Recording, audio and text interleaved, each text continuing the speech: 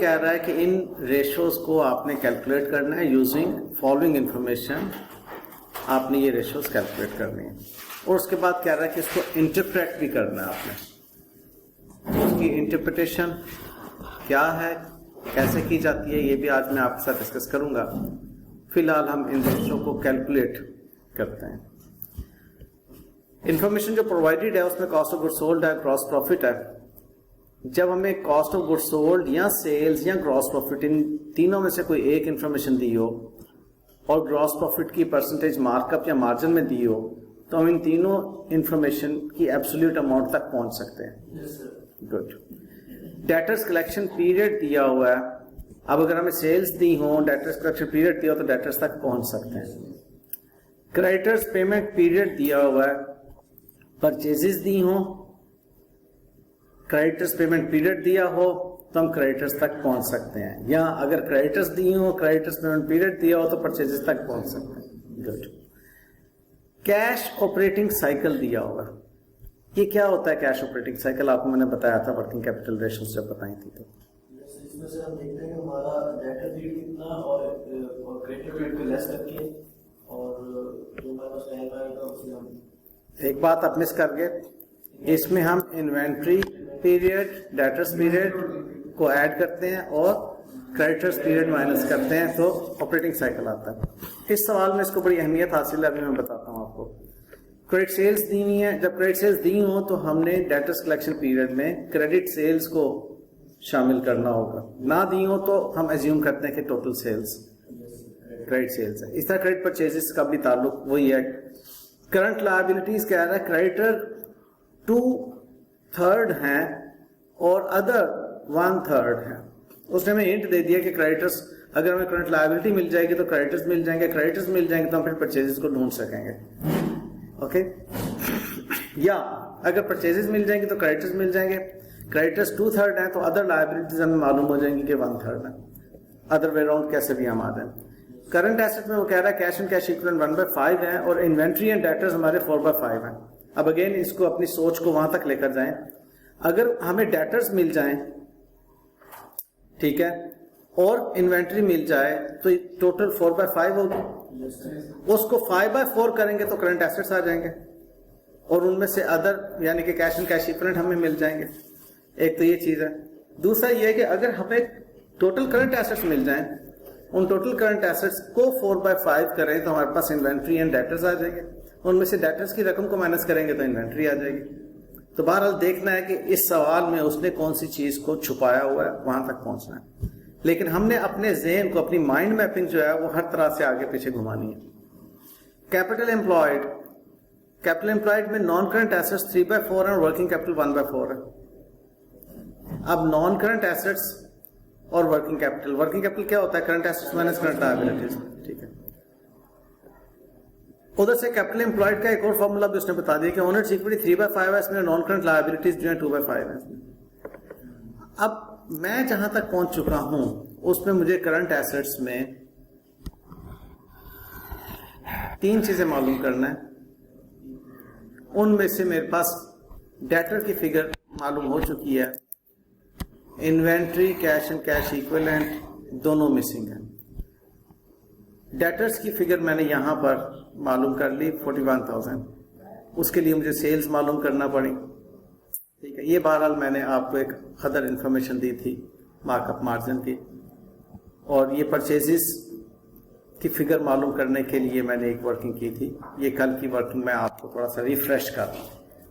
अब मैं दोबारा से इस तरफ आता हूं। मुझे इन्वेंट्री चाहिए।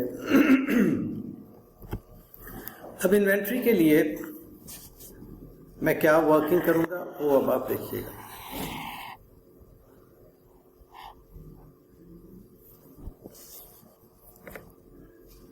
अभी आपसे मैं 2-3 बातें कर चुका हूं।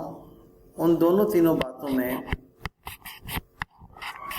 इन्वेंट्री से मुतल्लक जो बात मैंने की थी वो मैं रिपीट करने जा रहा हूं।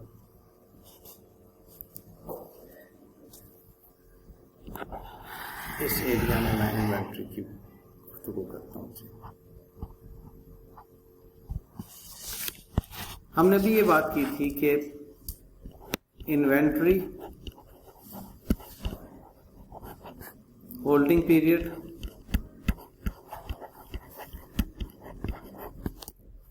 डेटर्स, कलेक्शन पीरियड और क्रेडिटर्स, पेमेंट पीरियड को नेट किया जाए तो हमारे पास कैश ऑपरेटिंग साइकिल आ जाता है।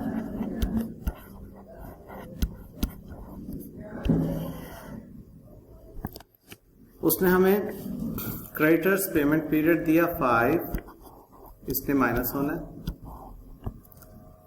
हमें कैश ऑपरेटिंग साइकिल दिया 2,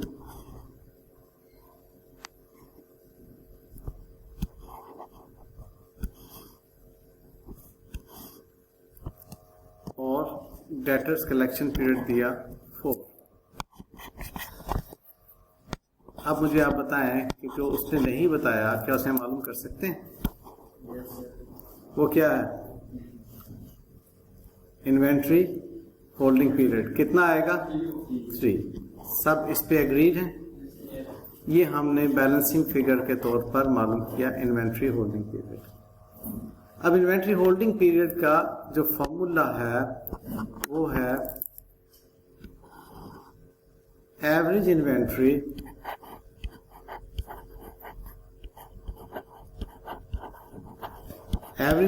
लेंगे जब ओपनिंग और क्लोजिंग का कोई इशारा दिया हो तो एवरेज इन्वेंट्री लेंगे, वरना क्लोजिंग। इसमें ओपनिंग क्लोजिंग का इशारा क्या दिया हुआ है कि क्लोजिंग इन्वेंट्री ओपनिंग इन्वेंट्री से 20,000 रुपए कम है, तो इसका मतलब ओपनिंग क्लोजिंग हम पकड़ सकते हैं। कैसे पकड़ेंगे भी देखते हैं। Average inventory divided by cost of goods sold per week, ठीक है ना, क्योंकि वीक्स में है ना हमारा, पर वीक का मतलब 52 से, तो हमारे पास इन्वेंट्री होल्डिंग पीरियड क्या आया जी? 3। अब कॉस्ट ऑफ गुड्स सोल्ड क्या हमें मालूम हो सकती है? उसने दी हुई है 5 लाख, तो हमारी एवरेज इन्वेंटरी बराबर होगी, अगर मैं इसको यूं ले जाऊं, कॉस्ट ऑफ गुड्स सोल्ड मेरे पास 5 लाख है, उसको डिवाइड करूं 52 से और मल्टीप्लाई करूं 3 से, तो मेरे पास एवरेज इन्वेंट्री कितनी आती है बेटा? एवरेज इन्वेंट्री 28846 बन जाती है। एग्रीड? कोई राउंड ऑफ तो नहीं से करना पड़ा आपको? अच्छा, अब उसने एवरेज इन्वेंट्री कैलकुलेट कैसे करने की बात सिखाई दी हमें। Opening inventory plus closing inventory divided by 2 equals to average inventory 28846। ठीक है, हमारा ऑनलाइन बच्चे किसी ने ज्वाइन नहीं किया ऑनलाइन में अभी तक। अच्छा, 28846। अब आप अगर ये कहें कि opening inventory plus closing inventory equals to 28846 times 2 है, तो गलत तो नहीं है? चलो, अब देखना ये कि ओपनिंग और क्लोजिंग इन्वेंटरी का रिलेशनशिप क्या है। कह रहा है कि ओपनिंग इन्वेंटरी को अगर मैं x से ओवर कर लूं तो क्लोजिंग इन्वेंटरी क्या है? x minus 20,000। इस पर कोई इश्यू तो नहीं है? इक्वल्स टू इसका टोटल करें, मल्टीप्लाई करें क्या? 57692। अब x की वैल्यू मालूम कर ले, वो आपकी ओपनिंग इन्वेंटरी होगी। 2x माइनस, बल्कि आप इसको यूं कर लें, 2 x equals to 57692 plus 20,000, ऐसा ही है। और x हमारे पास क्या आएगा, 77692 डिवाइडेड बाय 2 इक्वल्स टू 38846। और हमें जो है वो क्लोजिंग इन्वेंट्री चाहिए है, तो closing inventory is equal to 38846 minus 20,000 equals to 18,846। बताइए बेटे, जहाँ मसला हल होता है। मैथमेटिक्स है और बड़ा सादा मैथमेटिक्स है। क्यों हबीब? अब इतना सा मैथमेटिक्स सीखना है हमें। ओके, वेल, हम क्लोजिंग इन्वेंट्री पर आ गए। अब ये क्लोजिंग इन्वेंट्री जब मैं यहां पर लिख दूंगा, कितनी हो जाएगी मेरी? 18846 के बाद 18846। तो क्या कह रहा है कि ये दोनों फिगर्स मिलकर क्या परसेंटेज बनती है? 4/5 बनती है। ये क्लोजिंग इन्वेंट्री और डेटर्स मिलके 4/5 बनते हैं। आपने मुझे बताना है कि अगर ये 4/5 हैं तो 1/5 क्या होगा, कैश कितना होगा। तो आइए इसको देखते हैं। कैश एंड कैश इक्विवेलेंट को कैलकुलेट करना है, या अगर आपने सीधा करंट एसेट को कैलकुलेट करना है तो भी मैं आपको बता देता हूँ। सीधी सी बात है, करंट एसेट मालूम करने के लिए इन दोनों का टोटल क्या है जी? 59871 इन दोनों का टोटल है। तो आप इन दोनों के टोटल 59871 को 5/4 कर दें, क्योंकि ये 4/5 है ना, तो 5 का 4 है, तो ये टोटल 4 के फ्रैक्शन के बराबर है। 4 से डिवाइड करके टोटल 5 मालूम कर लें। क्या फिगर आती है जी आपके? 1474838। ये आपके करंट एसेट्स की फिगर आ गई। अब सवाल को आगे चलाएं। तब भी ये जवाब आएगा। वो 80% है। अब 100 और 80 करें। 100 और 80 का भी तो आपस में रिलेशनशिप 5 और 4 का ही है ना, ठीक है। ओके, अब बताएं नेक्स्ट आपने क्या कैलकुलेट करना है। हमारे पास करंट एसेट्स वर्कआउट हो गए। अब करंट लायबिलिटीज आपको चाहिए। क्रेडिटर्स वर्कआउट करें। हमारे पास क्रेडिटर्स पीरियड दिया हुआ,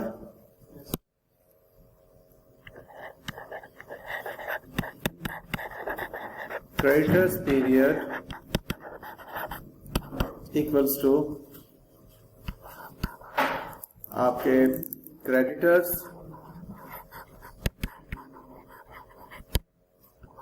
divided by purchases per day या पर वीक इधर आएगा।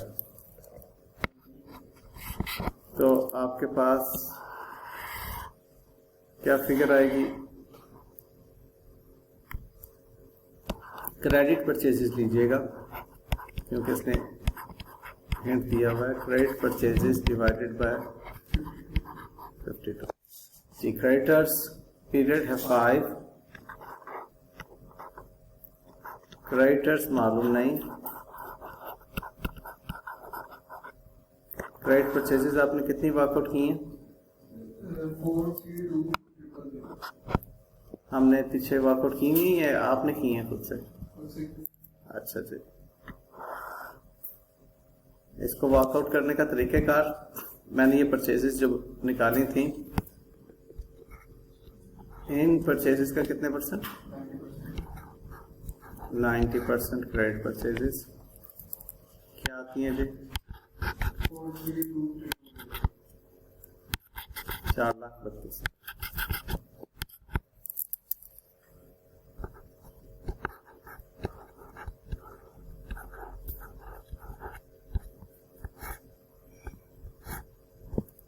ये क्रेडिट परचेसेस ले लीजिए। 4,32,000 को डिवाइड कीजिए 52 नंबर ऑफ वीक्स के साथ। अब आपके पास क्रेडिटर्स क्या होंगे? आप इसको जब पढ़ लेके जाएंगे सम कर लें इसकी। क्रेडिटर्स डायरेक्टली मुझे बता दें कितने बनते हैं? 41539 कर लूं? क्रेडिटर्स आपके पास ही आ रहे। ओके, अच्छा, अब ये क्रेडिटर्स आपके पास आए। अब आपने देखना ये है कि आपके पास करंट लायबिलिटी कितनी है। तो उसने यहाँ पर बताया आपको कि क्रेडिटर्स 2/3 हैं और अदर्स 1/3 हैं। तो इन अ वे करंट लायबिलिटीज को मालूम करने के लिए आप अगेन वही वाली बात कीजिए कि आपके पास क्रेडिटर्स जो हैं 41539 वो 2/3 हैं, तो इसको 3/2 कर दें, आपके पास करंट लायबिलिटीज आ जाएंगी।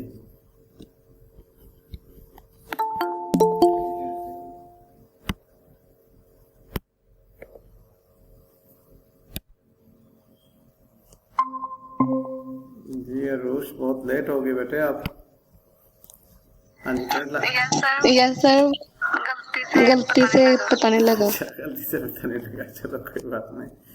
अब तो आप आ गई। आप देखें हम ये क्वेश्चन सॉल्व कर रहे हैं, इसको अब आप देख लीजिएगा। आपने इसमें जितना सॉल्व किया हुआ है उसको आप आगे ऑनवर्ड्स देखते चले जाइएगा।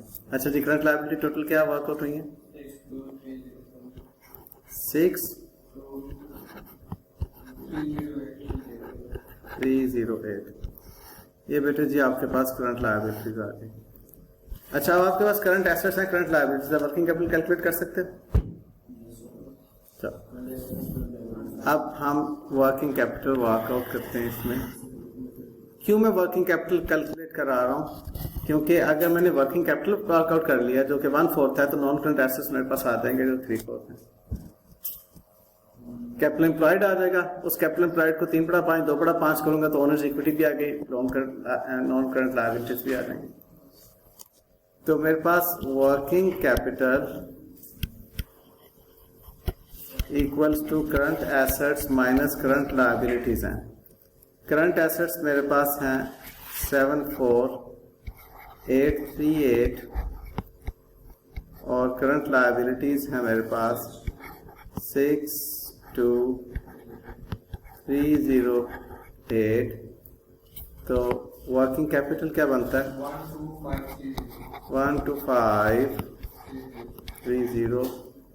ये कितना है वर्किंग कैपिटल? 1/4 है कैपिटल एम्प्लॉयड का। ठीक बात। लिहाजा मैं अब कैपिटल एम्प्लॉयड की फिगर तक पहुंचता हूं। ये वर्कआउट हुआ। अब आप कैपिटल एम्प्लॉयड की फिगर को ढूंढेंगे।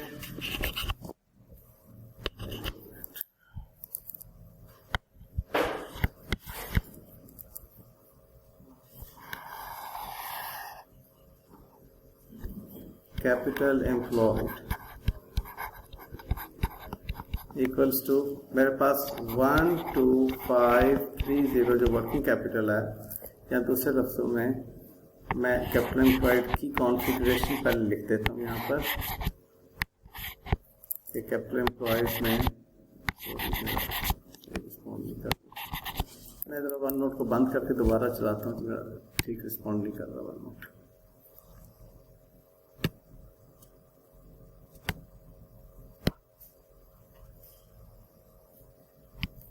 ओके, तो कैपिटल एम्प्लॉयड हमारा है non current assets plus working capital, ठीक बात। तो उसने हमें कहा कि नॉन करंट एसेट्स हैं 3/4 और वर्किंग कैपिटल है इसमें 1/4 और ये टोटल 1 के बराबर हो जाएगा, ऐसे ही है। अब आपके पास जब वर्किंग कैपिटल दिया हुआ है तो आप कैपिटल एम्प्लॉयड को इस तरीके से वर्कआउट करेंगे।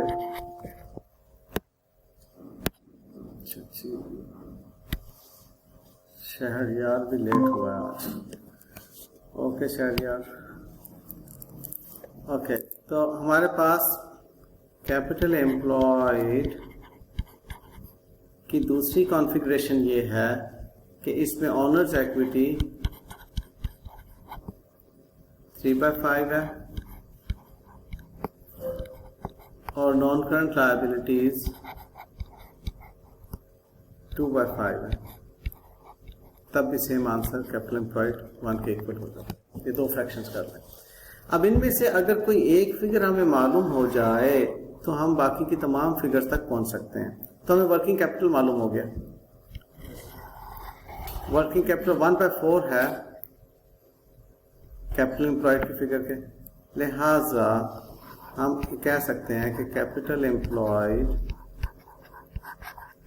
को वर्किंग कैपिटल इनटू 4/1 करें तो कैपिटल एम्प्लॉयड की फिगर आ जाएगी।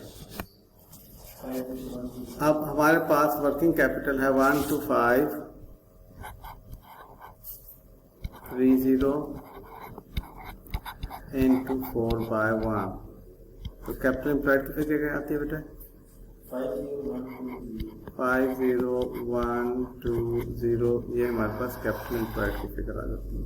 शहरयार, आपने कल ये क्वेश्चन सॉल्व किया था, तो क्या सेम यही फिगर्स आपकी वर्कआउट हो रही है बेटा?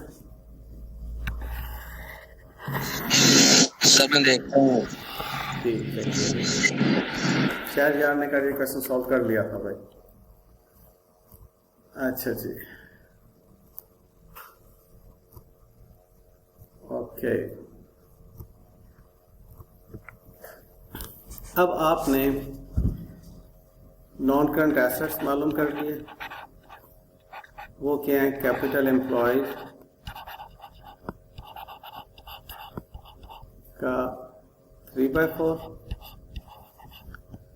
कैपिटल एम्प्लॉयड की फिगर है 50120 इंटू 3/4, तो हमारे पास क्या आते हैं जी नॉन करंट एसेट्स जी? 590, ये जी नॉन करंट एसेट्स आपके वर्कआउट हो गए। उसके बाद आप वर्कआउट कीजिए honours equity. Honours equity capital employed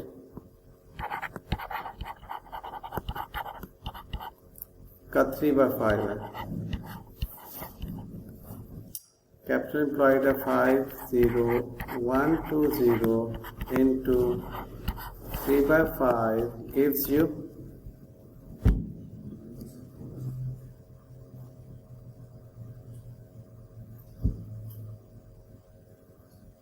30,007,2। ये जी आपके पास ऑनर्स इक्विटी की फिगर आ गई। ओके, और इसके बाद अब आपने वर्कआउट क्या करना है? Non current liabilities. Non current liabilities जो हैं वो कैपिटल एम्प्लॉयड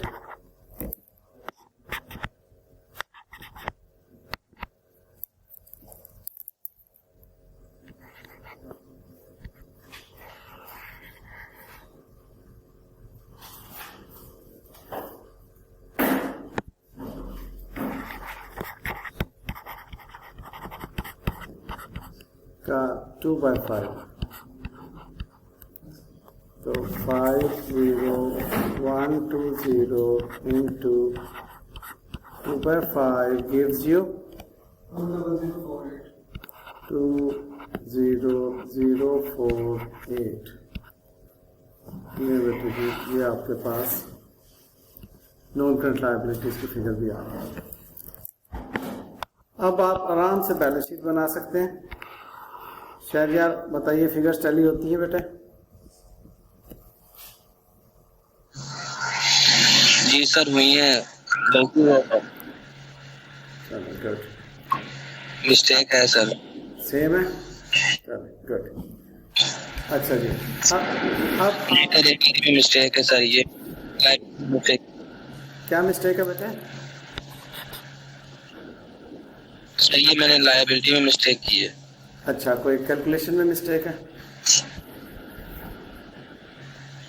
जी सर, मैंने क्रेडिटर्स, यानी आपने ये सिर्फ क्रेडिटर्स की वैल्यू ली है, मैंने इसको पूरी लायबिलिटी की वैल्यू ली थी।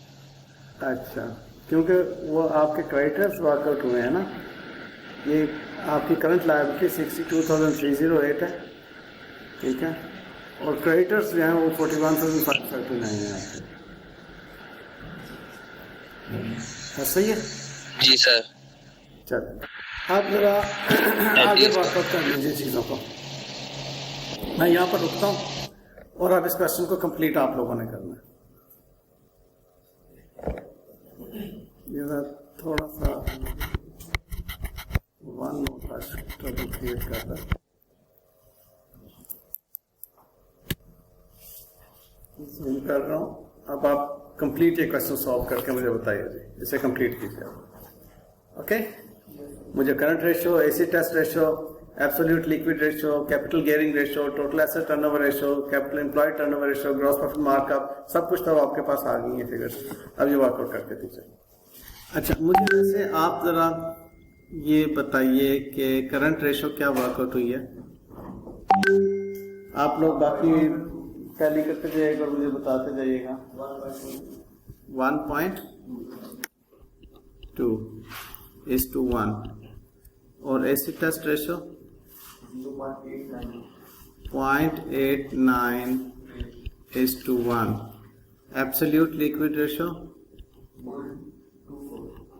0.24:1, कैपिटल गियरिंग रेशो 40%, और एसेट टर्नओवर रेशो 5.9 times,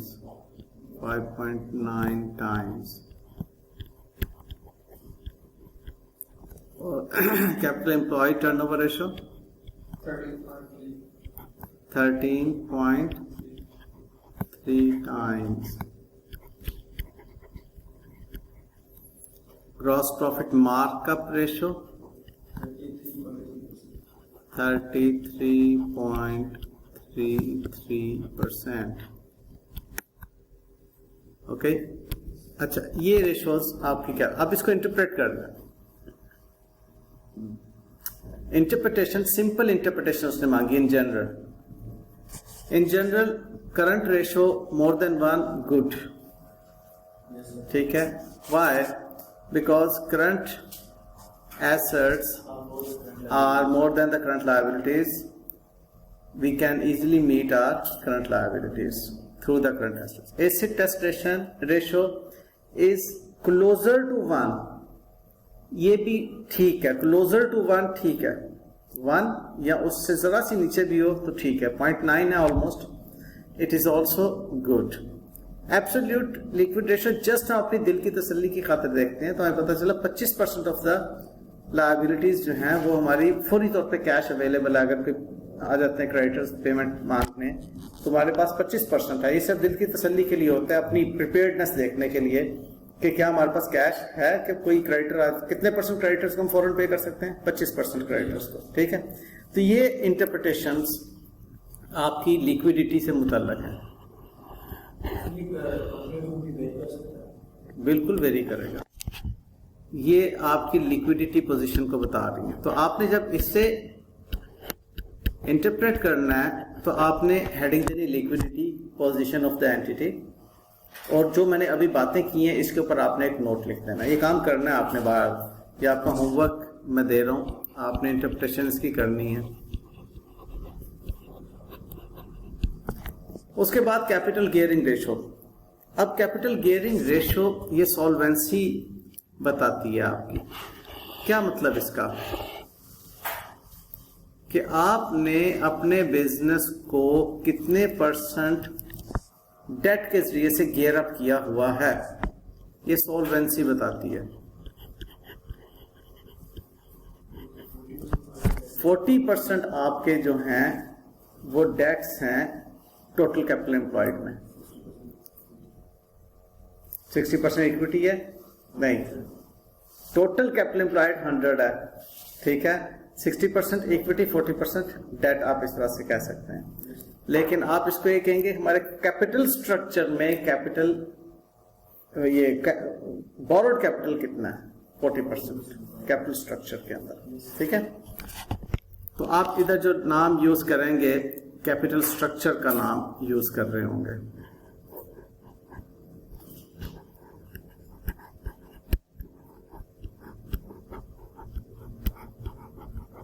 ठीक है। ये आपके लिए नोट्स हैं जो कि इंपॉर्टेंट हैं बातें। कैपिटल स्ट्रक्चर आपका क्या होता है, owners equity and borrowed equity को मिला दें तो कैपिटल स्ट्रक्चर बनता है। ये कहीं पर मैं लिख देता हूं, कैपिटल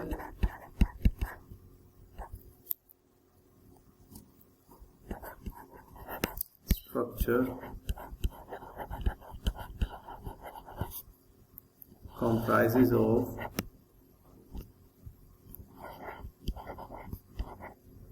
owners equity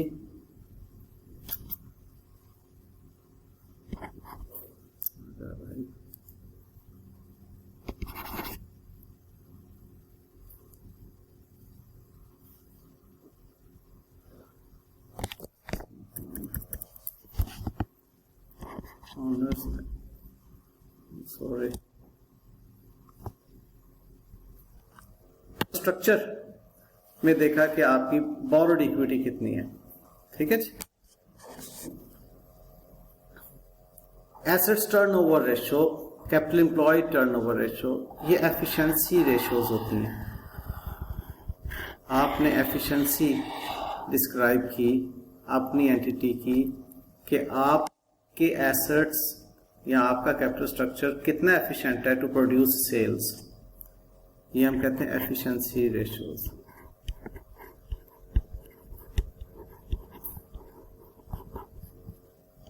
ठीक है। एंटिटी की एफिशिएंसी को बताती है, और ये आपकी प्रॉफिटेबिलिटी को बताती है बात कि आपकी एंटिटी कितनी प्रॉफिटेबल है।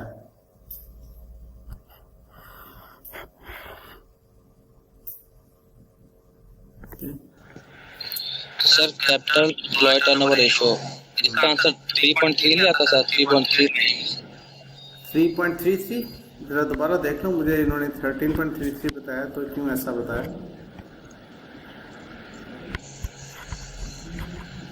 दोबारा देखो, डेट कितना है आपका, नॉन करंट लायबिलिटी इधर से देख लो ना, मैंने यहाँ पे जो कैलकुलेट किया हुआ है, नॉन करंट लायबिलिटी आपकी जो है वो 2/5 है। तो 2/5 कितने % बनता है? ये तो सीधी सीधी बात है आपकी। कैपिटल एम्प्लॉयड में आपकी नॉन करंट लायबिलिटी ये 13.33 कैसे किया हुआ है? तो सेल्स आपकी कितनी है? Sir profit before interest tax नहीं लेंगे? नहीं बेटे, वो कैपिटल एम्प्लॉयड, वो रिटर्न ऑन कैपिटल एम्प्लॉयड होती है। देखो बेटे फर्क है, एक है रिटर्न ऑन कैपिटल एम्प्लॉयड और एक है कैपिटल एम्प्लॉयड टर्नओवर रेशियो। बात को समझे? रिटर्न ऑन कैपिटल एम्प्लॉयड में आपने profit before interest and tax divided by capital employed करना है इनटू 100। और जो आपने कैपिटल एम्प्लॉयड टर्नओवर रेशो बनानी है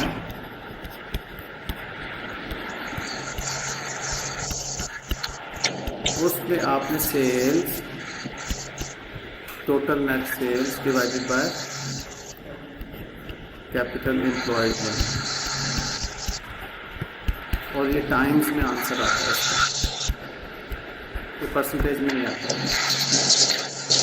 ठीक हो गया? इन दोनों बातों को समझ लीजिएगा।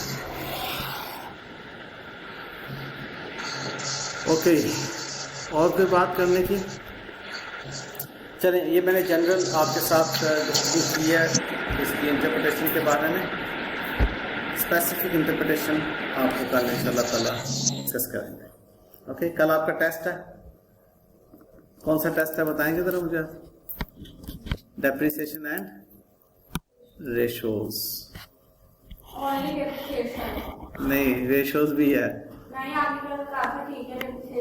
बस मैंने आज कह दिया, ठीक है। रेशोज आसान वाली पूछूंगा, आसान वाली, बहुत आसान वाली जो आपको आती है। अच्छा, ये इसी तरह का सवाल आपसे पूछ लूंगा आसान जो कर ली है यार। अच्छा चले, आप डेप्रिसिएशन अच्छा तैयार कर लें, रेशोज एनी कर लेना, ठीक है। चलो, ओके, थैंक यू।